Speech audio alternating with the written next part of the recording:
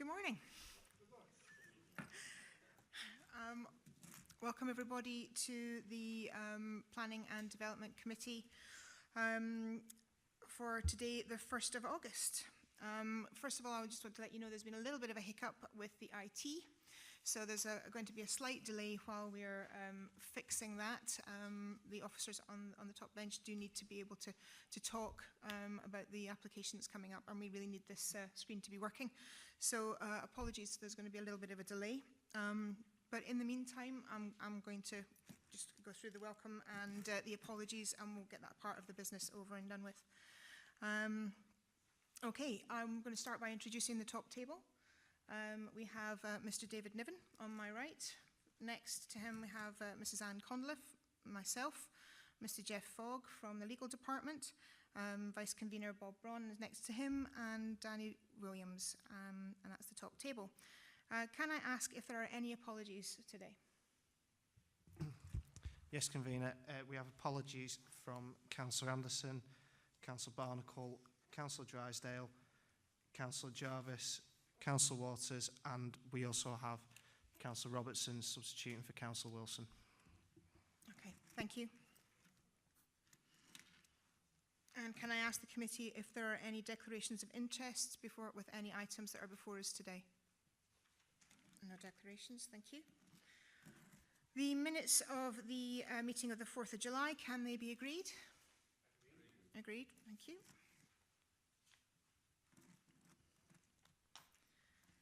Okay,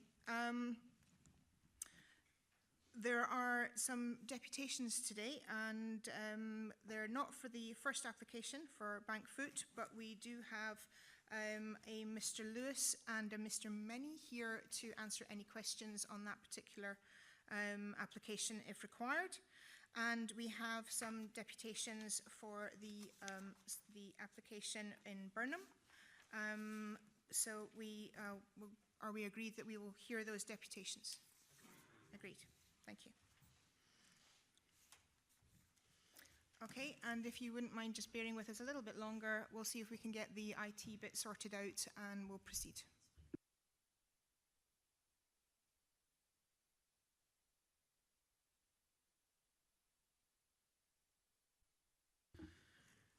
Okay, to proceed, the officers are going to sort of relocate themselves when they have to go through their application, and that will allow us to move forward. Okay, so we will turn to the first item of business today, which is the application for Bankfoot, a formation of a borrow pit, vehicle access and track, storage yard and car parking, siting of auxiliary processing equipment, 2 portable buildings for office and canteen use, and associated works for a temporary period on land south of Loak Farm in Bankfoot. And I would ask Mrs. Conliffe to introduce the report. Thank you, Convener. Just before I show the slides, if I could give an update to members. First of all, I'd like to draw members' attention to the final proposed condition, which is on page 27, condition 29. We've had a rethink on that one, and in conjunction with our colleagues in legal, we'd wish this condition to be deleted, but to be replaced with a requirement for a Section 75 legal agreement. It will achieve the same aim. So as a result of that, the paragraph on legal agreements would state that a legal agreement is required, and it also would trigger an additional procedural note to ensure that no consent would be issued if it was approved today until the Section 75 is signed. So the aim is exactly the same, which is to ensure the delivery of the site restoration over the lifetime of the development, but instead of doing it by means of a condition, it would be by means of a legal agreement. Sorry, Councillor Simpson, can we go through the application? Okay. My experience of Section 75 is they sometimes take a long time to agree. Have we any idea how long this might take, or if it's going to delay things in any way? I'm always a little bit defensive when that observation is made. I can give a committee an assurance that will be progressed expeditiously by the legal services of Perth Kinross Council. What I can't do is speak for the prioritisation of the applicant and or his solicitors. We do normally cover ourselves by saying that we would expect it to be complete within 4 months, be satisfied that it was being progressed in that sort of timescale, and if we had reason to believe that the applicant was not committed to reaching agreement with us, then we would reserve the right to refuse the application as being non-compliant with policy. I think, though, in this case, there's every reason to believe that it's a relatively minor matter. We've brought this to the attention of the applicant, and we're confident that it should be completed within a short time scale. Councillor Gray? Perhaps the applicant's representative would wish to speak on that? Maybe at the end, if we go through it, they're here to answer questions. Yeah, if it's possible, we could go through the application first. Thank you.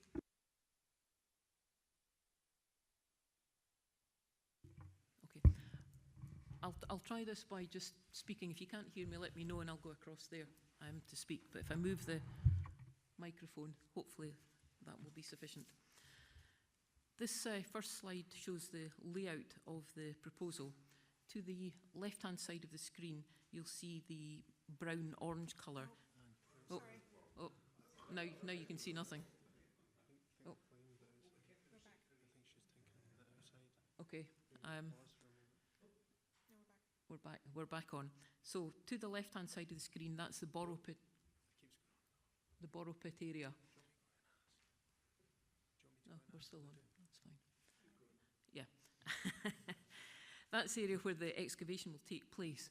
The area further to the right of the screen is the asphalt plant where all the workings will be. So the only excavation area is the borrow pit, which is, as I say, to the left of the screen.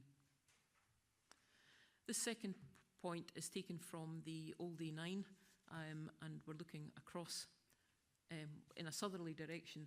To the left is the current A9, and to the right is the part of the site.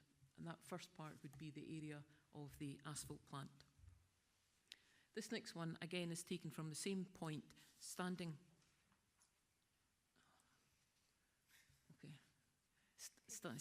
on the old A9, and we're looking westwards across the site.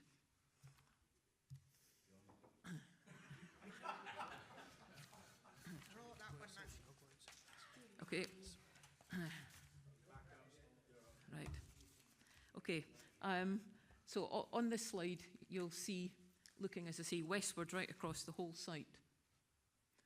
We'll move on to the next one in the hope of getting it slightly quicker.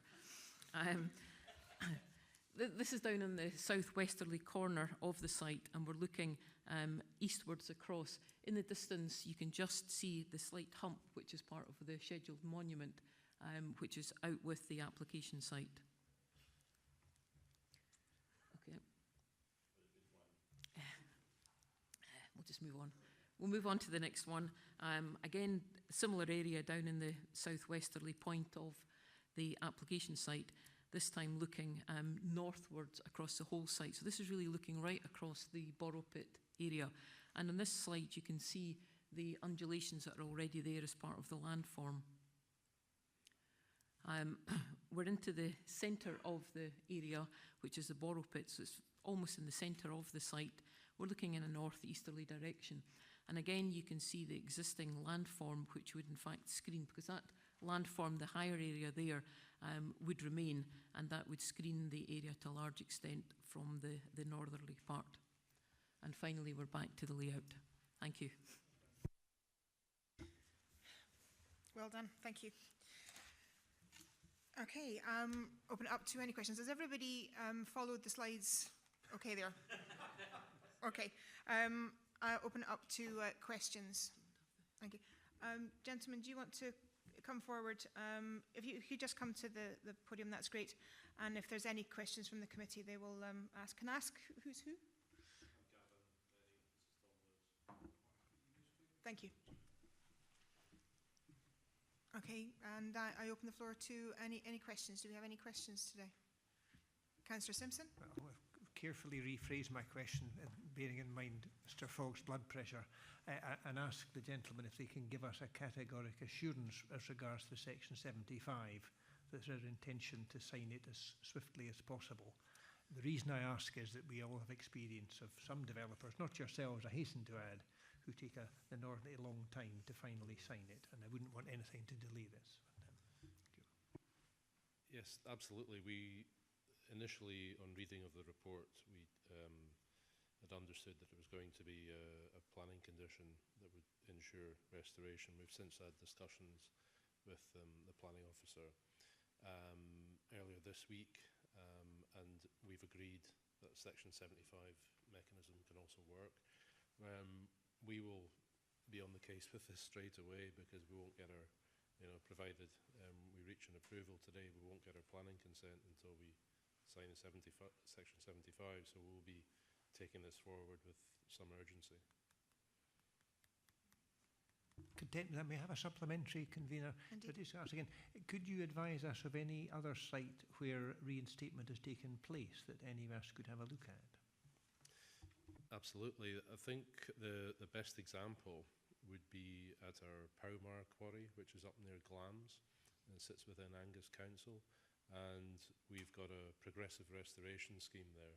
We're in phase 4 of a 10-phase development, and already we've returned about 7 hectares of land back to agricultural use, and it's really is a prime example of what we can do.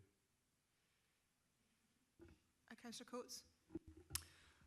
I just have a question with regard, it's covered in paragraph section 27 of the thing, but it's just a question that if any significant archaeological discovery is made in the initial excavations of the site, would the project be suspended until sufficient time has been given to fully investigate, because it is there are historic sites in the area. Would sufficient time be given to fully investigate the archaeological discovery?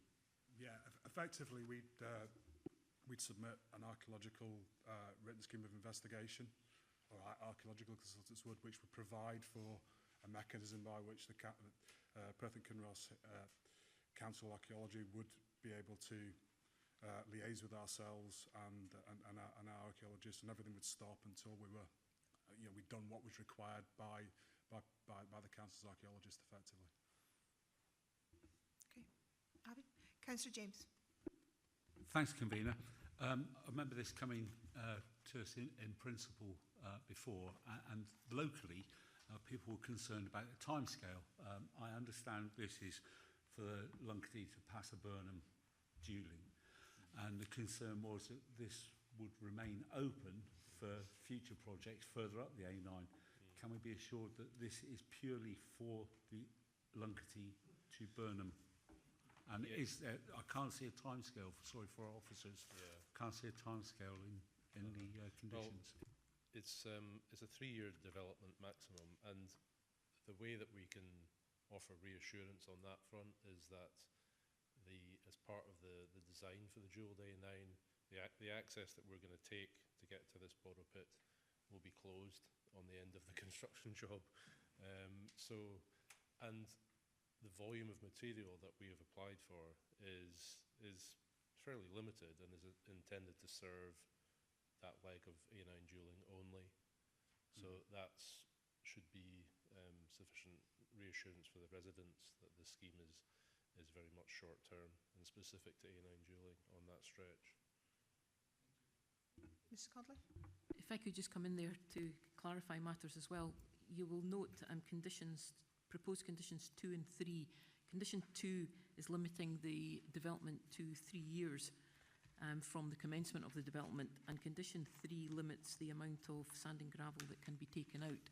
So both those things would actually allow what you're asking for. Okay. Any further questions? Gentlemen, thank you very much indeed for your time today. Okay. Are there any comments on the application? There's no comments. Okay. Do we have a motion on the application? Councillor James. I'm happy to go with what's before us, convener, with the change which was suggested to us by Mrs. Conliffe earlier in the conditions. Okay. Do we have a seconder? Councillor Simpson. Okay. Thank you. And are there any amendments to the application?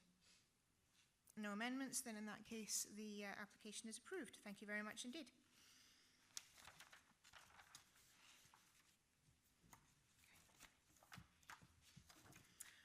Right, thank you. This brings us on to the next application in front of us. Okay, this is an installation of a underground tank and a replacement of forecourt lighting in retrospect at Young's Garage, Perth Road in Birnam.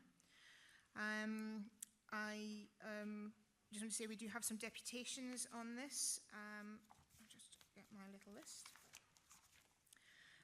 We will be hearing from a Mr. Douglas and a Mr. Turner. Councillor Lang will be also objecting, and we have the applicant here, Mr. Stuart Riley. Okay, can I open this up to Mr. Niven to introduce the report? Thank you, Convener. Yes, many of you will be well aware of this site, because the petrol station has stood in operation in this site for many, many years, and until recently was manned by the adjacent garage. However, a recent change in operation of the garage has resulted in the fuel station being operated independently from the neighbouring garage itself, with automated pumps installed along with new forecourt lighting and an additional underground interceptor tank. The garage has also been operating recently on a 24-hour basis, the forecourt lighting on throughout the night. Full plan permission is now being sought in retrospect for the installation of the forecourt lighting and the new underground tank.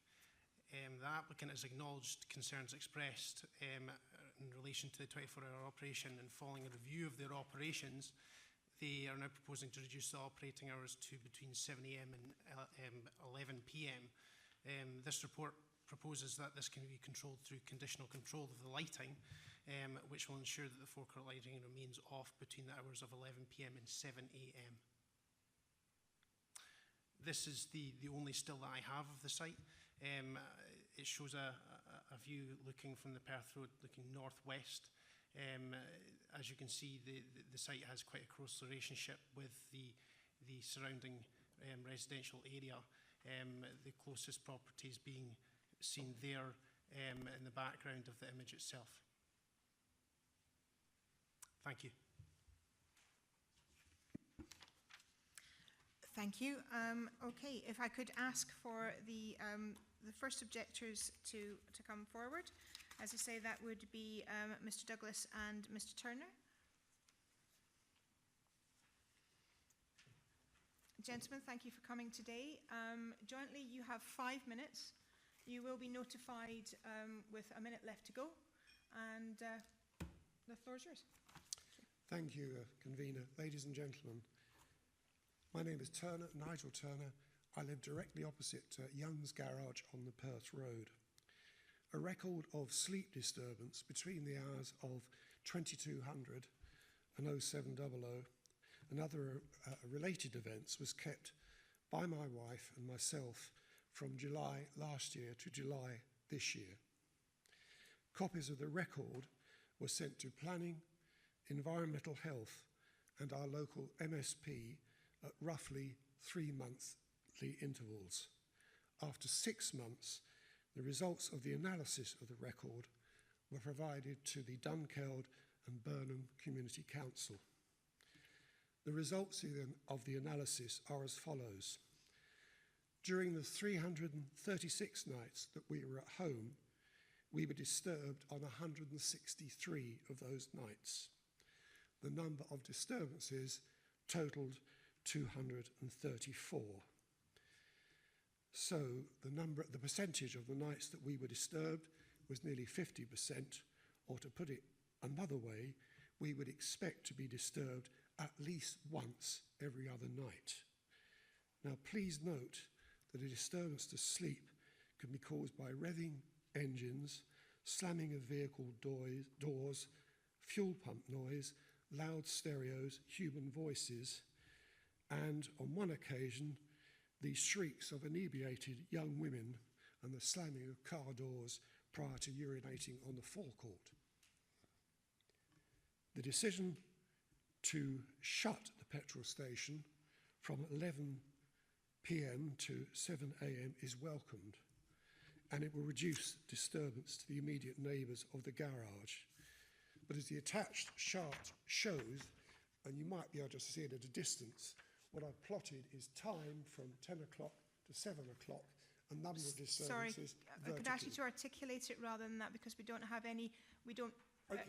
papers are not admissible, but if you could articulate what's on that, that would be great. Thank you. Right, all I was going to show was that although reduction in disturbance would be significantly increased if the garage was shut from 10 to 7, it would be even more significantly increased if the garage was shut from 9 p.m. to 7 a.m. To conclude, in an ideal world, we would like the garage to revert to its original hours of 9 to 5, but realise that this is unrealistic. Closing the petrol station from 9 p.m. to 7 a.m. would be an acceptable compromise, particularly for those who have to make an early start or those who have young children. It would also remove the community council's concern that the garage would become a meeting place for those leaving bars and restaurants. Thank you. I'm happy to answer any questions. Yes, Mr. Douglas has his own presentation. Yeah, I'm Neil Douglas, and I stay immediately adjacent to the garage, to this site. I thought I was going to have a bit of more time this morning with this previous proposal, previous planning application that was on the agenda to finalise my delivery, but I noted that it went through rather quickly, or quicker than I anticipated.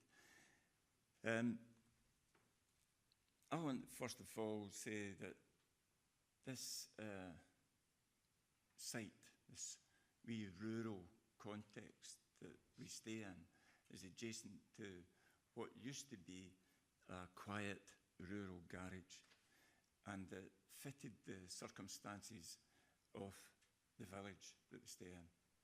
And I've noted Sorry, down... sir, you have 1 more minute left. Okay, I noted down so many factors to raise here, and it looks as though the minute I've got left, I'm not going to be able to do it. But I might try and turn quickly then to a submission that my daughter made, and it might help summarise some of the areas that I wanted to raise, and it might also catch the imagination of folks here and maybe help them make a fuller informed decision.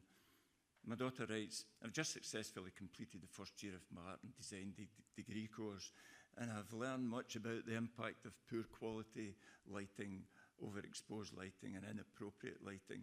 My course has also introduced me to construction design in domestic settings and the effect that design has on the health and quality of people's lives. My bedroom window is roughly 15 metres from the downlights and from the canopy which overhangs, virtually overhangs the garden of the immediate residents. I'm going to have to scroll through this to meet your minute.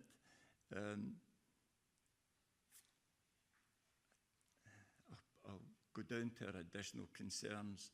Of course, there are noise concerns, but she also has safety concerns.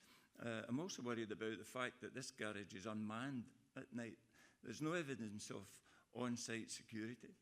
Who's going to deal with the serious potential hazard I'm sorry, Mr. that may Douglas. arise? Mr. Douglas, we have to wind up. I have given you some extra time, so Yeah. if you could wind up, please. Okay.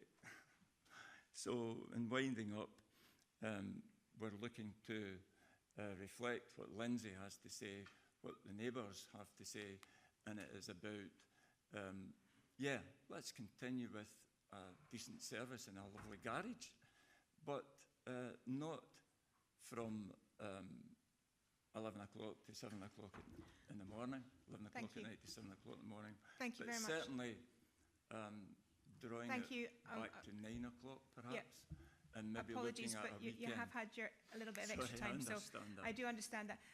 Could I possibly ask, if you both come back, if the committee would have any questions. Does the committee have any questions before I've asked anyone to come forward? Councillor Gray. Yep. Thank you for your presentation, gentlemen. Do you accept that local people do use this garage? Absolutely. Right. Do you accept that the economies of running a garage perhaps predict that they need to maximise wherever possible the hours which they're open? This is perhaps one reason why the existing garage owner stopped doing the petrol himself. He just found manning it for that short period he couldn't justify, and perhaps that's why a large concern are now trying to do it economically with extended hours. If that's the case, do you appreciate that it's a case of use it or lose it, or maximise the hours or lose it? I can instance a case where I do know of a very busy town, much bigger than, I'll say it's Dunblane in fact, who had a garage, and it's no longer there. And Dunblane is a large community. They do not have a garage. And this happens simply because it's a case of, it's easier to nick into, let's say in this case, easier to nick down to Inverarmond than it is to use the local one because it's not there and it's only open at a certain hour of the day and doesn't suit me. So it's a case of, it's a compromise between what is satisfactory for, yes, yourselves as very near neighbours to it, but there is a broader context needed to be considered, and that is that, look, there are other people in the village. It's a commuting village. It's not the rural village it once was. None of them are anymore, I'm afraid, or very few are, and that's why, you know, garages are more important to more people in the village. Therefore, do you accept that maximising the hours to keep it open is an important issue? In essence, no, because I think you also have to consider the loss of residential amenity that implies, and having had a look at nearly all the garages from Perth to Aberfeldy, I can think of none that are so close to residential properties. And they literally is within 10 metres. And I think, as residents, we have the right to have a decent night's sleep that is undisturbed. Thank you. Sorry, that's an excellent question, and it's a good point, a number of points that you've raised. But the principle that we have is one where it's disturbance of the quality of life that you as a council, Scotland through its SSP, the pay plan, the mission statement of the authority. It's all about upholding the quality of life and improving the quality of life. And this has had some serious impact on the quality of life of especially the immediate residents. But if we look to the detail of the usage of the site as it stands, that's a 24/7 for the last 14 months. We're not conjecturing here. There's no imagining, there's no maybes. This is a reality. And it is, I mean, if you want to have a knock at your door at 2 and 3 in the morning asking if you can use a toilet because there's no toilet facility, for instance, or when you witness, or your daughter witnesses folks smoking in the forecourt at 2 and 3 in the morning, or you witness loud music and blaring and hen parties and men parties meeting there during the night, relieving themselves in your adjacent access area and in your garden, you start to think, wait a minute, there's some serious disturbance going on here too. What was a quiet, the topography of the area is important to consider as well. It's like a cauldron of silence. My daughter put that in her submission. It's like a cauldron of silence. So you've got to be there to understand what this is like. But the usage, and the usage is one where I can speak quite authoritatively about.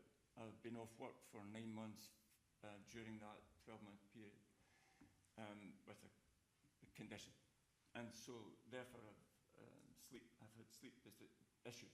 And I was able to stay up during the night. And I can tell you, on average, there's 2 or 3 vehicles on average, sometimes 6, sometimes 1, sometimes none, between 11 o'clock and 6 o'clock in the morning, for instance. So there's not a big demand either locally or nationally of the A9 for this facility. So that's a point to reflect on with your good question. But it's 11 o'clock. We would be proposing that you would bring it back to an earlier time. Of course, it did operate in the past from, on average, during the winter, it would be 8 o'clock in the morning to 6 o'clock at night. At the weekends, it would be 9 o'clock to 5 o'clock. In recent times, the old garage operator operated a little bit less than that. This is 2 businesses now operating. It's a car maintenance business. It's 2 separate businesses. The forecourt's operated by a national company, Certas. The local one, the maintenance, car maintenance, car sales, car wash is operated by a local character. And it's good and well, and it looks decent, apart from this amazing canopy that you've got, which I would think, as a planning authority, you might think about withdrawing consent for such a intrusive, inappropriate design and structure. My daughter asked me to put that in. So maybe not as a joke, but as a serious reflection. When we've got a future plan, a local plan, looking at quality of life, looking at the structures for our community in the future, we want to make it attractive for executives. My wife, for instance, is an executive with this council. Well, put a sale sign out, so she said, a for sale sign, outside her house if this continues. If, for instance, there's a vending machine added, or if there's toilets added, or if it continues to become the meeting place and the disturbance, the nightly disturbances that we get with, but it's this intermittent nature of the disturbances that's a factor. It's the irregularity and the anticipation of doors slamming when you're waking up during the night. I'm sorry, sir. I'm going on too much. Yep. Thanks very much for the question. Thank you, Okay. Thank you. Do you have an answer, Councillor Gray? One second, I would like to ask a question, if that's okay, gentlemen. You're here representing, obviously, yourselves, but equally the community. It's my understanding that there is no time limit on the garage as it stands right now. The garage is legally allowed to operate 24 hours a day. These stipulations that are being put forward will help to minimise that. Is the community aware that the garage, without planning stipulations, could revert back to a 24-hour a day without the council being able to do anything about it? Yes, and this matter was discussed at the Dunkeld and Birnam Community Council, and they're still proposing that the hours are, the garage is shut from 9 p.m. to 7:00 for reasons that they gave in the report which you have. Does that answer your question? Yes, it does. I just wanted to know if the community was aware that if we were minded to refuse this application, it could revert back to 24 hours and there would be nothing the council could do. Which is why I think we're suggesting that there must be a compromise. We welcome the fact that the company is proposing shutting the garage from 11 till 7. What we're saying in terms of sleep disturbance, residential amenity, it would be far better if it was shut earlier. Sorry, I don't know if we've made it clear. I don't think we're objecting to the garage and objecting to an operation. It was just the 24/7 aspect of the operation, the unmanned aspect of the operation as well. But obviously, we want a reduced hour. We're not objecting to the functioning of a fuel station. Okay. Yeah, so it's a reduction in the yes, time. yes, Okay. and so Convener, can Certainly. I think there is another thing here, another issue. One reason my wife would not attend today is the fact that she is so angry by the way this whole issue has been handled. Had there been information from the previous owners. Would not give any information about what was going on. We then had a 6-week construction period, having been told it would be 2, and despite emailing and writing to Certas, there was no response whatsoever. Whilst I understand that actually isn't within the realms of the No, council. I know, but what I'm saying is, had there been consultation, I think we wouldn't need to In be this position. sitting here now. I accept that. Thank you very much for Thank you. voicing it. Councillor Coates. Would you accept, gentlemen, that the A9 is one of the major trunk roads in Scotland? The refuelling facilities are quite limited, and this is an important facility on this trunk road. And the fact that, you know, I believe that it should be open 24/7 because the road is used 24/7 and very heavily used. And it's possibly a lifesaver. Well, I'm not really sure whether that is in fact the case. I think if you were residing in Birnam, you would know that it's not heavily used 24/7. You would also hear with myself this cauldron of silence, and it goes on through the night. And the idea of this intermittent, irregular disruption is the factor that I tried to stress earlier. But I don't, forgive me, but I don't agree that it's heavily, there's a heavy course of transport on the A9 24/7. It is used 24/7, but it's not heavy. However, we've got filling stations, 24-hour filling stations, only a 15-minute drive away. There clearly is not a demand. There's not a demand for a 24/7 garage in that village. Okay, thank you very much indeed. Is there any other questions? Sorry, Vice Convener. No, apologies. Councillor Braun. Thank you, Convener. We were talking about disturbances. Obviously, in the middle of the night, you're presumably in bed asleep. Slamming car doors, stereos. How can you be sure they're related to the garage? There could be your neighbours coming back occasionally, slamming the door or having the stereo on. You I can assure you, living 10 metres away, they are not neighbours. Okay. And can I just say one other thing? We had lived in harmony with that garage for 29 years, and it is only the past year that we have experienced significant disturbance, particularly with our sleep. And what do you put that down to then? The fact it's open 24/7, whereas it used to be open effectively from 9 to 5. Okay. Absolutely. Just a couple of things. So when it was open, you mentioned 8 till 6, I think, and you mentioned 9 till 5. I mean, how long ago was that? Is it? A year ago. Just a year ago. Yeah. Yes. Yeah. Okay. Okay. Councillor James. Thanks, Convener. I understand this isn't just a noise issue, this is a light issue from the new canopy, which is probably affecting you gentlemen. Bearing in mind what the Convener said just now regarding, you know, the conditions that if all else fails, they still have the right to go back to 24-hour. Would perhaps you're suggesting that a 9 o'clock closing or turning off of the lights would be more acceptable to you? The owner is saying 2300. Would there be any? Would you be happy with a compromise between the two, say 2200, which would maybe more acceptable to both parties? That would be the worst case scenario.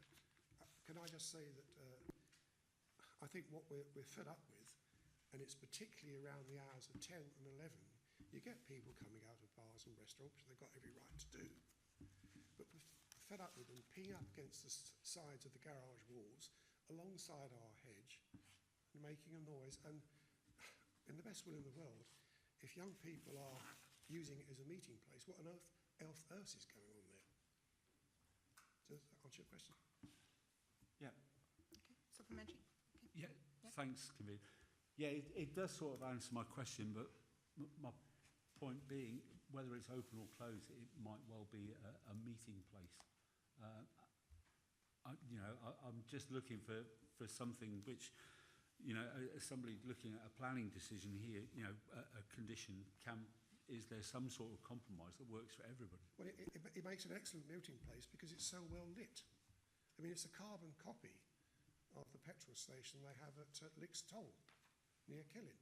And you can see that from about a mile away. I think that's the problem.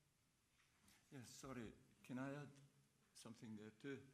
The idea of the planning authority, for me, is that it's got scope to guide, it's got scope to recommend, and this is the scope that I think they're taking today. The report suggesting to the current leaseholders, CERTAS, to consider the neighbourhood, consider the quality of life, take on board our future plan, our current local plan, and the TAY plan, the future plan, the SSP, which stresses the quality of life, it stresses improvement for community. And with respect, I see this as a detriment, as a deterioration of the quality of existence in that quarter because of its topography and other things as we've spoken about. But the idea of the hours that you're proposing is good and well because it looks as though the authority are attempting to persuade the planner, the applicant, to pull back and think about the neighbourhood. If CERTAS or the current owners were good neighbours, they would be thinking that as well. Like ourselves, we want to uphold the quality that is there and we want to help improve it. And we've seen this as a major deterioration. So, yes, bring it back to 11 o'clock, please. Yes, even consider 10 o'clock, perhaps even a weekend arrangement, but that is even less. But we've certainly don't want the rejection of this proposal outright, and we would like a garage, yes. But you cannot tell me that there is a market between 11 o'clock and 6 o'clock in the morning. It just is not there. Okay, gentlemen, thank you very much indeed for your representation today. Thank you. Thank you, Convener. Okay, if we would like to move on now. The next deputation is Councillor Lane. Councillor, you have 5 minutes and you'll be notified with a minute to go. Thank you. Thanks. When I came to this meeting, I wasn't intending saying very much, but I've been very concerned with what I've heard today. Some of the questions and answers. It seemed, Convener, that you were suggesting that whatever the local authority decides, they can go back to 24 hours anyway. So we're not really, I don't know what we're achieving here today. If whatever we decide or condition we put on, CERTAS can go back to 24 hours. So I find that concerning. I note that this planning application comes in retrospect in paragraph 2. It comes before us only because after an investigation by the planning enforcement team. So obviously there must have been issues if planning enforcement had to come and bring this before us. So I would think that if the CERTAS were to go back to operating these hours, there would be continually phone calls to environmental health, and we'd have to go out and monitor it and do it through an environmental health way of achieving peace and quiet for the residents nearby. My friend, Mr. Gray, Councillor Gray, his supposition over why the garage closed and changed its thing is only supposition. It is not actually a fact. Somebody that's lived in the area all the time. The previous owner retired and let out the business to another local business for doing MOTs and repairs and that. And he let out the forecourt to a national company. This company did major repairs, etc. I called into the planning department, was told that grandfather's rights, basically. They didn't have to get in touch with the council at all. This involved much more lighting, digging out of foundations, etc. No planning control, no building warrant, apparently. Hopefully we'll hear when the officers are questioned why this happened.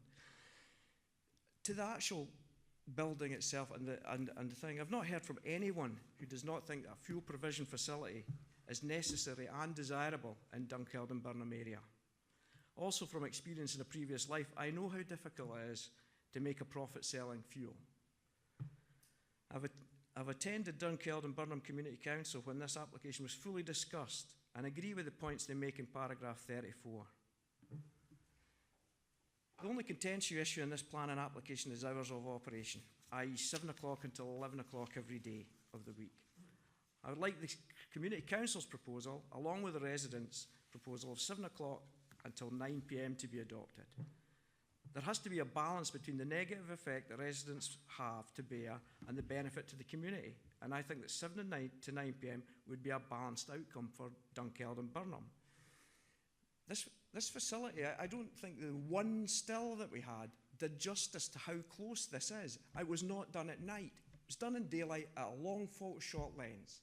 You're not, unless you're actually going to go and visit the thing, at night, when the lights are on, when people are there, you have no idea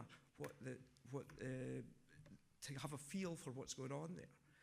To Councillor Coates' point, it's not on the A9, it's off the A9. When the A9 is dual, there may not even be access to it that way. You may have to go a long way around to get. I don't think it is necessary, definitely not to be 24-hour service. If you visited it and saw it on site, you would get a feel for it. I don't think that you, listening to the questions and listening to the convener, I know that she's restricted, I don't think you have a feel for how close this is to the buildings. I've been in there when the lights are on. Councillor James will have an idea. It is right next door. To have it, if you, in the hours of darkness in the winter, if you want to go, if you start work at 7 o'clock and you go to your bed at 9, doors slamming. This is a facility only for a fuel station. It doesn't have a cafe. It doesn't have toilets. It has nothing else. You have 1 minute left, Councillor. So you're saying that this should be open, only closed from 11 o'clock to 7 o'clock. There's nothing else for people to do there apart from get fuel. If it was manned, if there was a shop, you could understand it. But so you get 1 or 2 visitors between 9 and 11. But that means people are woken up and disturbed twice. People in this weather cannot have their windows open. They're as closest from me to these people at that end of the room, with doors slamming, music and that, at 10 o'clock, 11 o'clock in the evening. That's what these people are up against. And I've got a lot of sympathy with the firm. I'm glad they've taken on. I'm glad that they've put in automated pumps. I'm glad there's a facility there. I use it myself. But I think we have to have a compromise. And I think the Community Council, the community are all on board with this. There's been no consultation. I didn't see Certas at the Community Council meeting. I didn't see Certas coming and speaking to residents to find out what they wanted. They've imposed this, and I feel that they've only drawn this back. Could you wind up now, Councillor? Okay, I think they've only drawn this back because of the pressure put on by environmental health and plan enforcement officers bringing this case. Thank you, Councillor. Do we have any questions for Councillor Coates? Can I make a comment rather than a question, Can we Convener? do questions first, if that's possible? Are there any other questions? Councillor Simpson. Councillor Ling, in your experience prior to Certas taking over, were there any public concerns about the petrol station being there? I'm thinking of the public urination and the mucking about and all the other ancillary things rather than the sale of fuel. Absolutely not, because there was a shop there, it was a manned station, they were under the same ownership, so the toilet facilities were open all the time the garage was open. It was, so it was a combined business, so there was absolutely no problem. If there was trouble or any antisocial behaviour, there were people on site to deal with it. Thank you. Okay, your comment, Councillor Coates. I am extremely familiar with the A9, Councillor. I travelled up and down it for 2 years whilst working at House of Brewer. I know the road like the back of my hand, and Dunkeld and Birnam is an important stopping off place for everyone. And to say that the road isn't used 24/7, which has been commented before, it is. And I would support the opening of a garage, a petrol station at that location. Coates, we haven't got to that part yet. Obviously, I would like to respond to that, because it's not on the A9. You have to drive off the A9 to get to it. And the proposals that are up for the A9 is dualling, is to tunnel, possibility of tunnelling underneath there, which would make it even less attractive to come off to that site. Most people, if they've got fuel, will not come off at the A9, go into a village to get fuel. They'll carry on to Ballinluig, where it's a lot easier access to get into than to go to a station with no other facilities. Okay, just for clarification there, so are you implying then that once the dualling is done, there will be less people utilising the garage? I have no idea. I don't know. I've not usage figures. If Certas may have usage figures, they should be able to tell you how many people use it between 11 and 7 and how many use it between 9 and 11. And that would be really helpful. But as I say, Certas have not brought any of this information forward to anybody. To the community. Okay, we're dealing with the application in front of us. Councillor Jane? Thank you very much, Convener. And a question, I've got one for officers. Okay, I can deal with that afterwards. Councillor Lang, as you know, the proximity of this garage to surrounding properties, are you aware of any safety devices or facilities for use of a night time? I'm sure that these will all be there. I'm sure that it's a reputable company, and I'm sure that they will have, I don't know, fire blankets or oil spill or fuel spill facilities. I wouldn't question the ability or the way that the company would be taking this forward. I'm quite convinced of that. It's all down to the negative effect on the residents, the fact that there's nobody on site.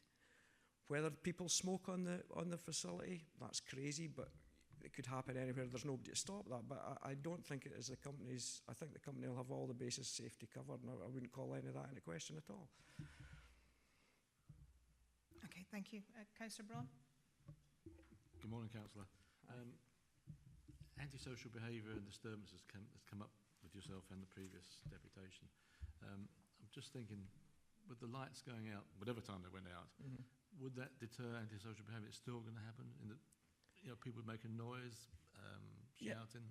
Yes, I think it would, because if there's no reason to meet there, if the lights are off and there's no fuel, there are other places you could meet in the square in Dunkeld. You could meet anywhere.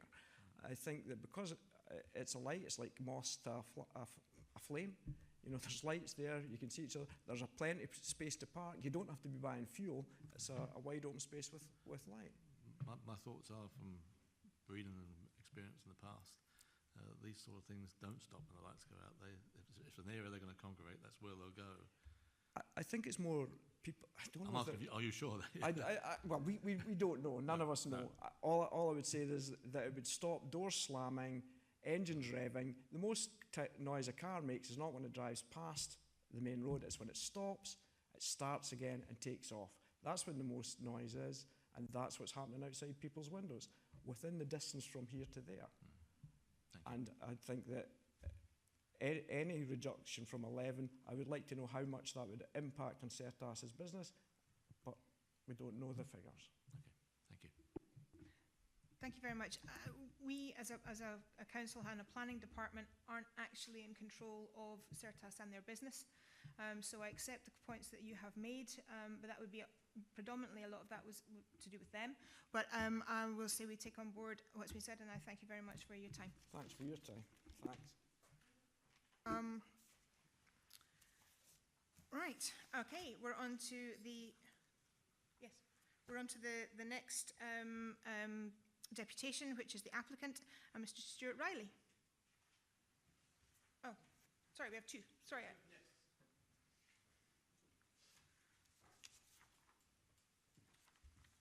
Good morning, everyone. I'm Stuart Riley from Certas Energy, and this is my colleague Brian. I'd just like to give him the floor for a few minutes for our initial statement. Certainly. Can I say, gentlemen, that you will have 5 minutes as everybody else, Indeed. and you'll get a warning with a minute left to go. Thank you. Thank you very much. Good morning to you all. My name is Brian Worrell, and I am the Corporate Affairs Director of Certas Energy. I'd like to make a number of points to you on behalf of the applicant. Firstly, some general points about the the company and then onto the site itself. The site will be operated under the PACE brand and operated by Certus Energy Limited. Certus Energy is a national fuel distribution company. It sells something around 6 billion litres of fuel a year, and in respect of the retail operations, it operates around 700 retail sites across the UK, of which 23 are exactly the same mode of operation as the site in Dunkeld. Certus Energy is part of a FTSE 70 company called DCC, which itself has extensive knowledge and experience of running over 1,000 unmanned service stations across Europe over many years. So both Certus and DCC are strong and credible operators of this type of service station. And indeed, through the Energy Institute, we are significant industry leaders in the standards by which this type of site is operated. In respect of the site itself, firstly, the other 23 sites that we operate all operate 24/7, and we have no issues raised either pre or post-opening relating to noise, light, or indeed anything else. We also recognise that there are many members of the local community here who have welcomed the newly refurbished site, which we believe benefits the community and provides an essential service. We've invested heavily in upgrading the Dunkeld location. We have added an interceptor, which is significantly reducing any environmental risk. With regard to lighting, we have installed modern LED sensor-controlled lighting, which is set to minimum lux levels and it operates to industry-established norms around the levels of lux. We've also put in place automatic number plate recognition and 24-hour CCTV monitoring, along with all the other emergency precautions that you would expect of these type of sites. And we've had no objections at all, in fact, support from both the petroleum officer and from the local fire and rescue service in relation to the site. Now, with regards to the opening hours, we do understand the concerns that have been raised around this. And if the consensus of this council is that it is better for us to reduce those opening hours to the period of daytime, in other words, between 7 in the morning and 2300 in the evening, then that is something that we would very much be prepared to work with, and we would accept the decision of the council and go along with that, albeit the point has already been made that, and I quote, there's no condition placed on the operating hours of that site. So this would be something which we would be willing to compromise on, and in the spirit of hearing the complaints that have been made today, certainly we take on board the points that have been made. The other point I would make, though, is that you need to set those objections within the context of the wider community from some of the welcoming support that we have had, and obviously that is something I think for you to be balancing. So, in summary, our position is that we would ideally still want a 24/7 operation, but if it comes down to operating between 7 and 11 in the daytime, and if that is to the wider benefit of the local community, then that is something that we would be prepared to work with. Thank you. Thank you. Thank you very much. I'm going to open it up to questions. Do we have any questions? Councillor Gray? Thank you, Convener. Can you tell me, has the canopy always been there as long as you've had it, or was it there, or did you put it there? Stuart? Yeah, the structure itself's always been there. We did carry out some undersheeting, and we did install new LED lights whenever we took the lease upon. Is there any way a screen to, is there a height limit to such a canopy, by the way? That's an important thing. You know, what do trucks to deliver the fuel have to under whatever canopy is there? Yeah, there are. We have different sized trucks. So, for example, we can have an Arctic truck, which is obviously higher. So, depending on the height of the canopy, that depends on which sort of trucks we would put in for delivery. You know, for any of the sites that we have leased across the network, we don't find that we have to build a new canopy because they are still set by certain regulations in the initial build. And the canopy is decided by the height of trucks, really? Is that what you're saying? Sorry, can you say that again? Is the canopy height, elevation of the lowest part of the canopy decided upon by the height of a truck that goes in there. Yeah, basically. to allow truck entrance. If we were to build a new canopy today, for example, we would ensure that was the correct height to get a truck under the canopy, yes. Okay. Okay, thanks just now, thanks. Councillor Simpson? Thanks for your presentation. It's obvious from that CERTAS is an organisation that knows how to run filling stations and knows what it's doing. It makes it the more disappointing that you don't seem to, on this occasion, have fully considered the planning application until you've been made to do so. And you don't appear, from what we heard, to have done much in the way of public consultation. With hindsight, would you have done things differently in terms of the public consultation and the planning? So certainly, I'll take the public consultation side of it. I spend quite a lot of time in various community meetings and indeed government meetings. That's part of my job and my responsibility. I wasn't aware until fairly recently of this issue in general, personally.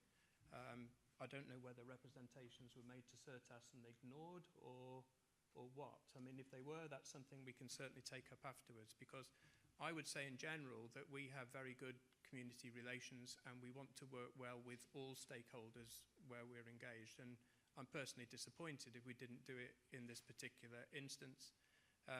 But I think our position ultimately would be the one that you just heard. It would probably have come down to better engagement. The other point was, sorry, your other point? The other point really was on the planning application.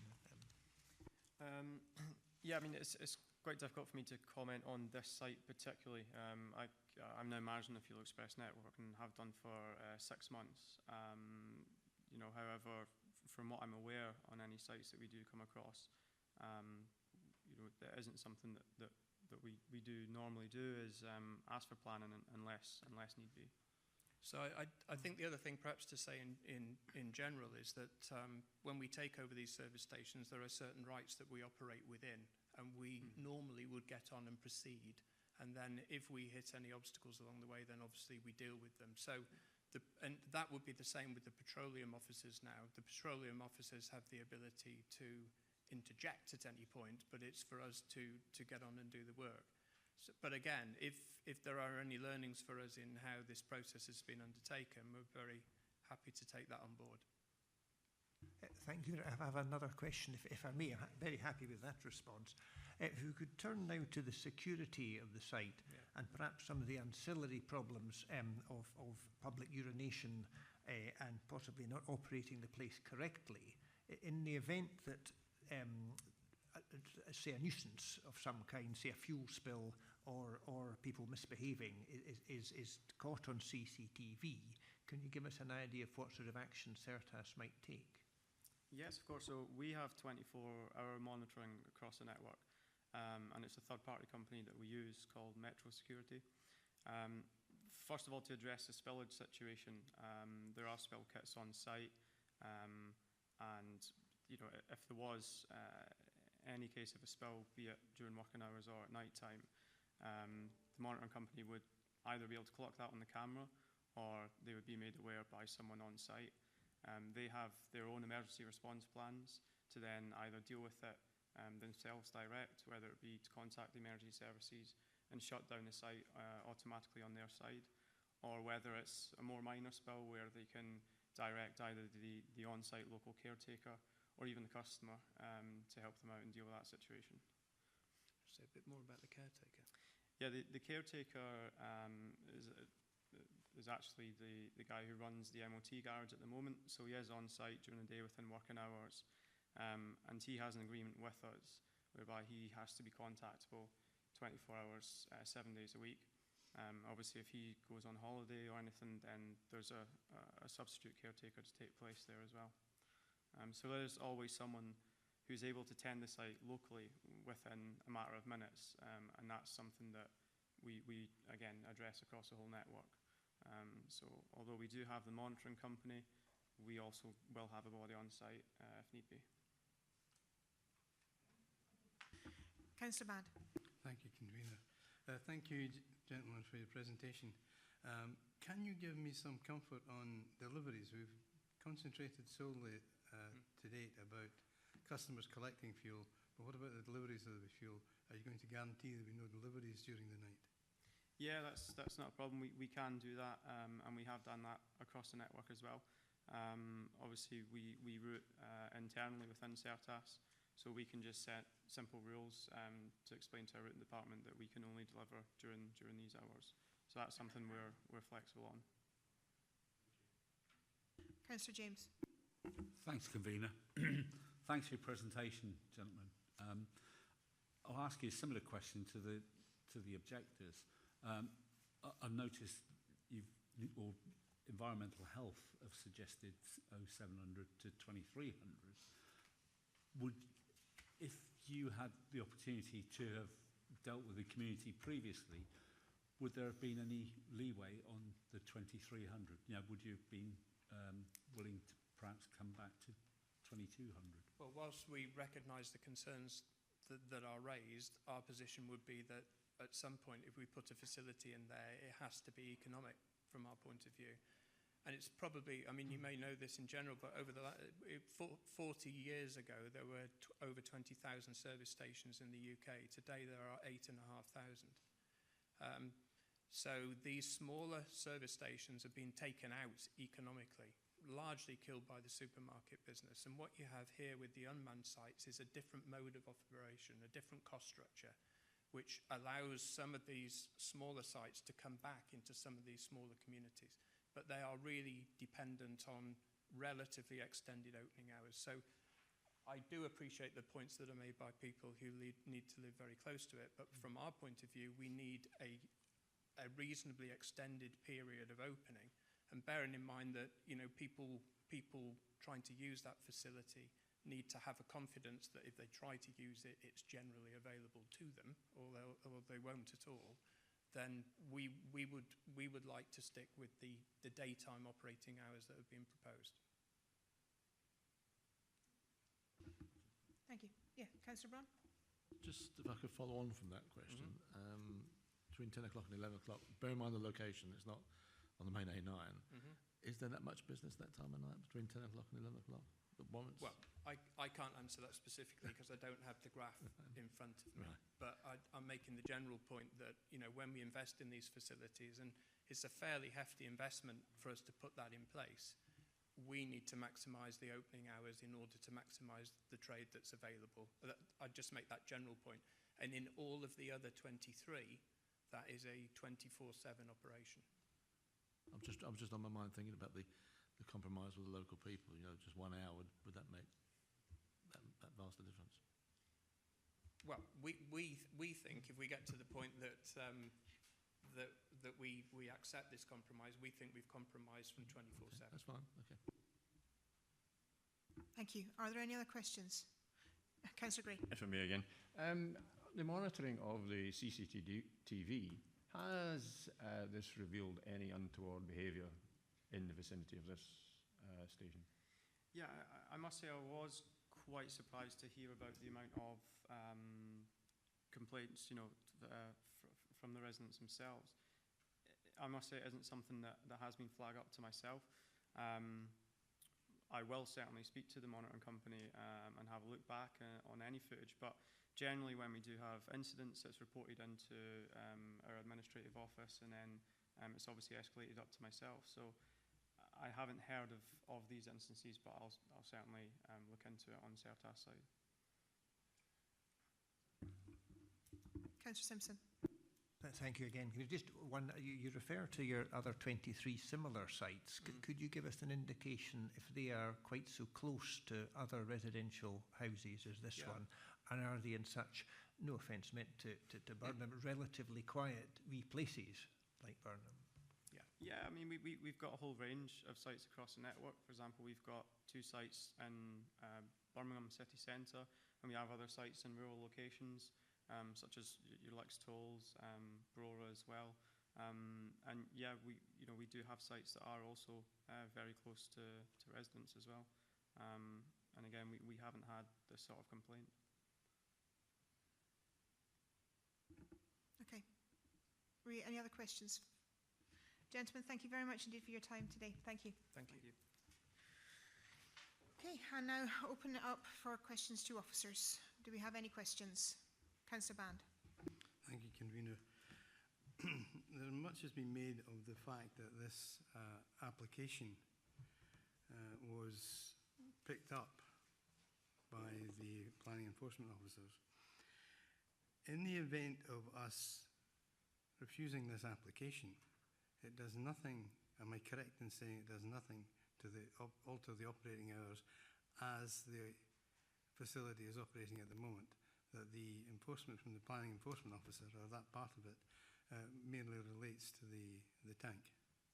Yeah, it is my understanding that as the current position is 24 hours a day, that they can, it wouldn't change the operating hours, but I'll pass that on to Mr Niven to respond. Yes, that's correct. The actual business operating hours are not up for debate in a sense. That's not going to be able to be controlled.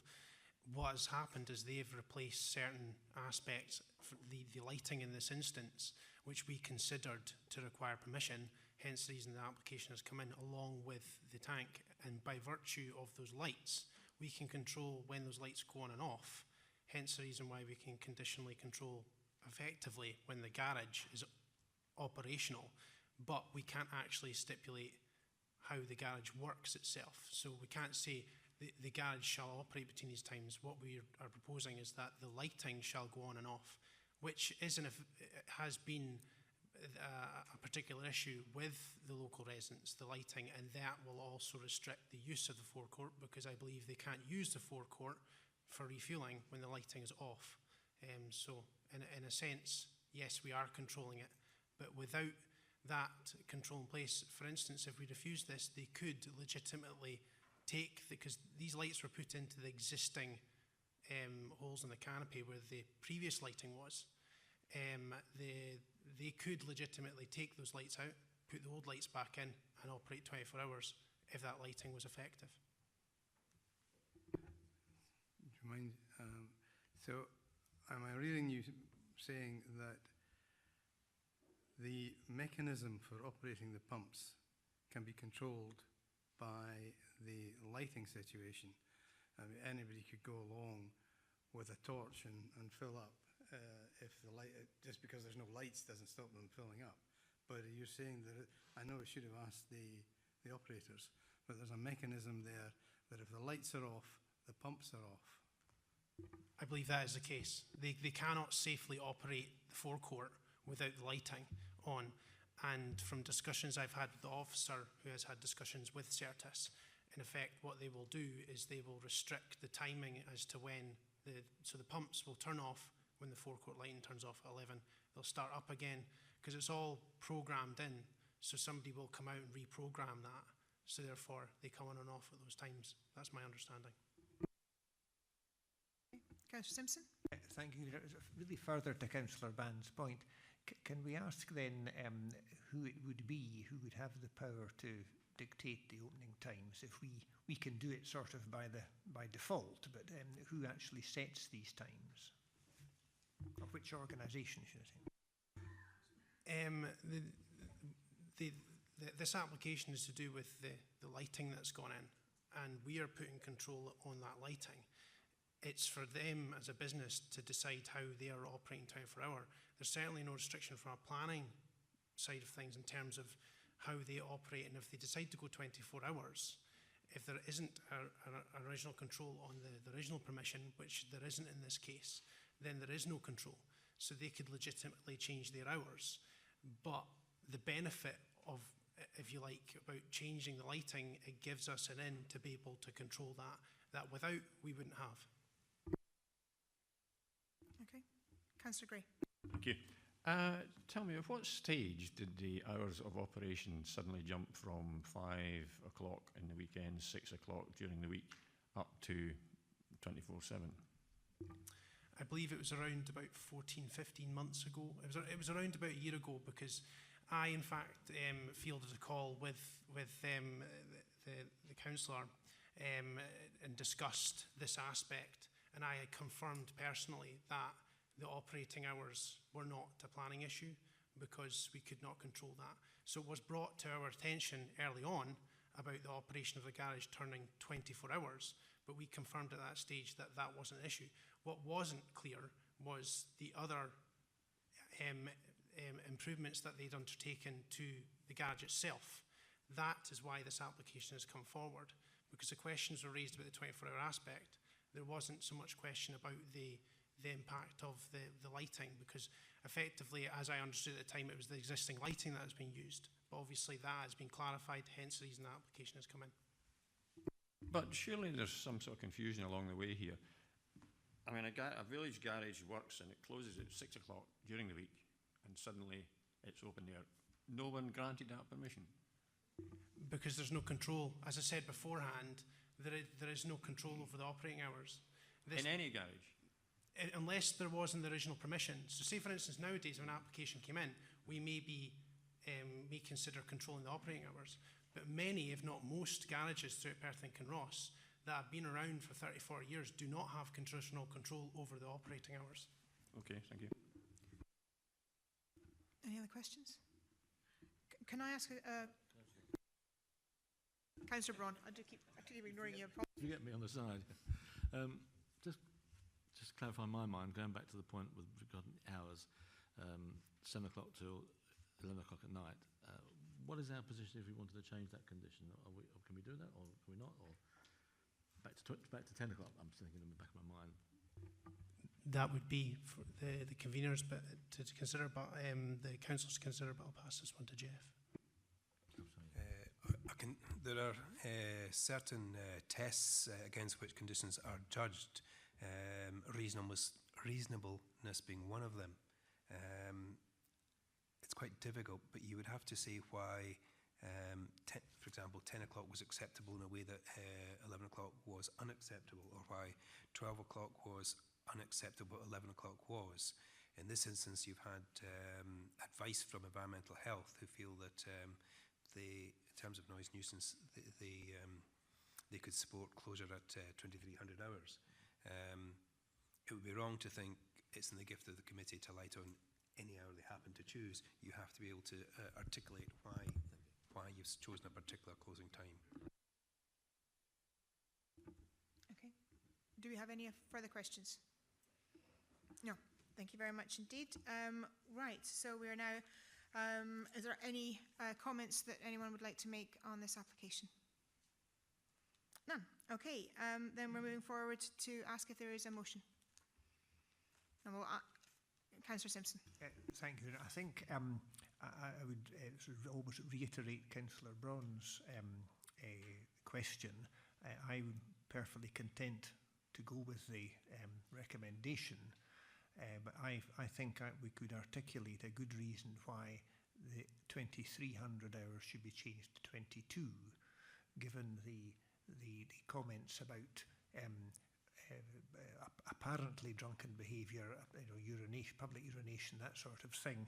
I think we could reasonably say that the nearer to normal closing time of licensed premises roundabout, if this closed a little bit earlier, and the words compromise and reasonable have been used several times by all the deputations, I think I would be happier if we could make it 22 for those reasons, because I think it's the unthinking behaviour of people who may have been enjoying them somewhere else, using the facility between that hour. And moreover, in terms of profitability, although that is not a concern of this committee, I'm struggling to see how 1 hour is going to make that much difference. So if there is a form of words whereby we can change the 23 to 22 and I get a seconder, I would happily go with the recommendation. Just check that that's competent. It's competent. It would simply be a case of substituting 2300 hours for 2200 hours in the appropriate condition. That's the only change.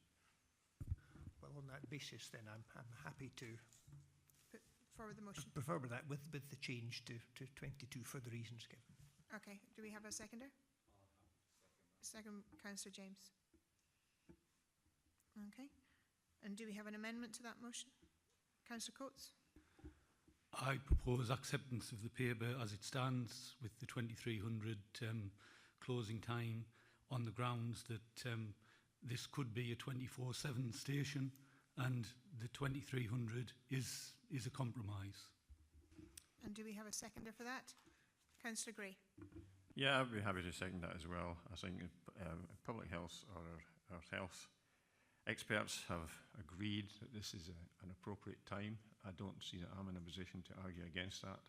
I'm slightly confused by Councillor Simpson's suggestion that anyone who's been drinking and needs to relieve themselves. Well, if you relieve yourself, if you need to relieve yourself after leaving a pub, which must have toilets in it, there's something quite strange, and I would suggest very rare for somebody to need to do that immediately leaving a public house. So I don't know that I value that comment very much. Thank you very much. We have a motion and an amendment. Simpson, would you like to sum up, Councillor Simpson? To waive that. Thank you. Okay. Convener, the motion, as you know, is by Councillor Simpson, which is to approve the application in accordance with the recommendation in the report of handling, subject to amendment of the condition whereby the closing time is brought forward from 2300 hours to 2200 hours, and that motion is seconded by Councillor James. The amendment is by Councillor Coates, which is to approve the report of handling without such a change to the relevant condition, and that amendment is seconded by Councillor Gray. My colleague Danny will now take the roll call vote.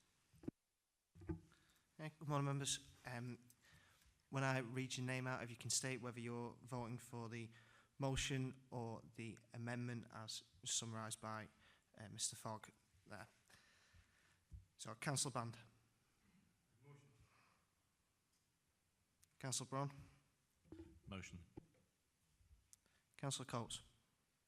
Amendment. Councillor Gray. Amendment. Councillor James. Motion. Councillor McCall. Amendment. Councillor Simpson. Motion. And Councillor Robertson.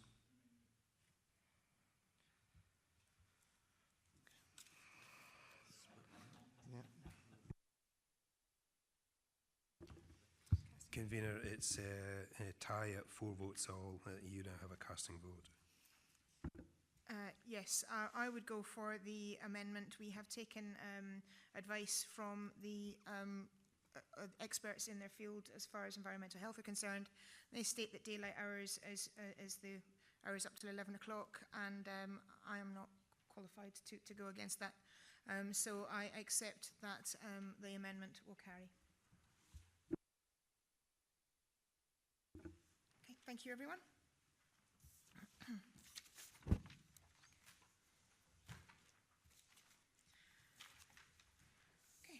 And now we move on to the last item of business, which is a proposal of application notice. This is Scone, a residential development at Wheel Inn, 37 Angus Road in Scone, and it is purely there for your noticing, but I will open this up to any basic comments. There is no way that the officers on the table can actually answer any questions because there's no details to answer, but if there's any comments on this, I will open it up. Are there any comments? Councillor Simpson. Thank you very much indeed, Convener. I am looking at page 54 and the paragraphs, particularly paragraph 3, policy CF3, which refers to social and community facilities. Colleagues will be aware that quite a lot of people live in Scone, and the present operation on this site, the public house, has a large car park which is used for a number of other community uses. The council itself, as you will know from the papers, has planning permission for a small recycling centre. It's used as a school drop-off point, and I understand that during the recent amalgamation of the churches within the village, the car park was cited as one reason to retain the use of the church just down the road. So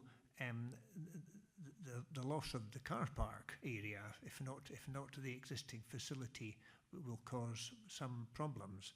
And if I could refer to policy CF3, I would like some reassurance that we will take into account the availability of these community facilities if they have to be recited, and also to bear in mind where these alternative facilities would be sited, because there's not a huge amount of open or extra space within the village of Scone. Okay, thank you. I'm basically stating that this is for notification. There could be no application actually ever comes forward for this, so it's very difficult for the officers to answer any questions on it. I don't know if that's... Yes, as the convener has said, this is purely for noting, but I've written that down, and if an application does come in, then we will certainly seek to get some answers on that. The one thing I would say is, though, that what is done in terms of currently and who might be using the car park, you've got to remember in planning terms, the car park will be a car park primarily for wheel-in, and there will be no planning conditions on that to say that it should be used for X, Y or Z. So what happens in practice at the moment would not necessarily be relevant in terms of an application. Further to that, we do at the present, the council has planning permission for the recycling centre, for instance. So would that make any difference to the use of that site? We would certainly look at anything that came in with that in mind. Okay. Any further comments on this notification? Okay, so everyone is so noted. Thank you very much indeed, committee. Thank you.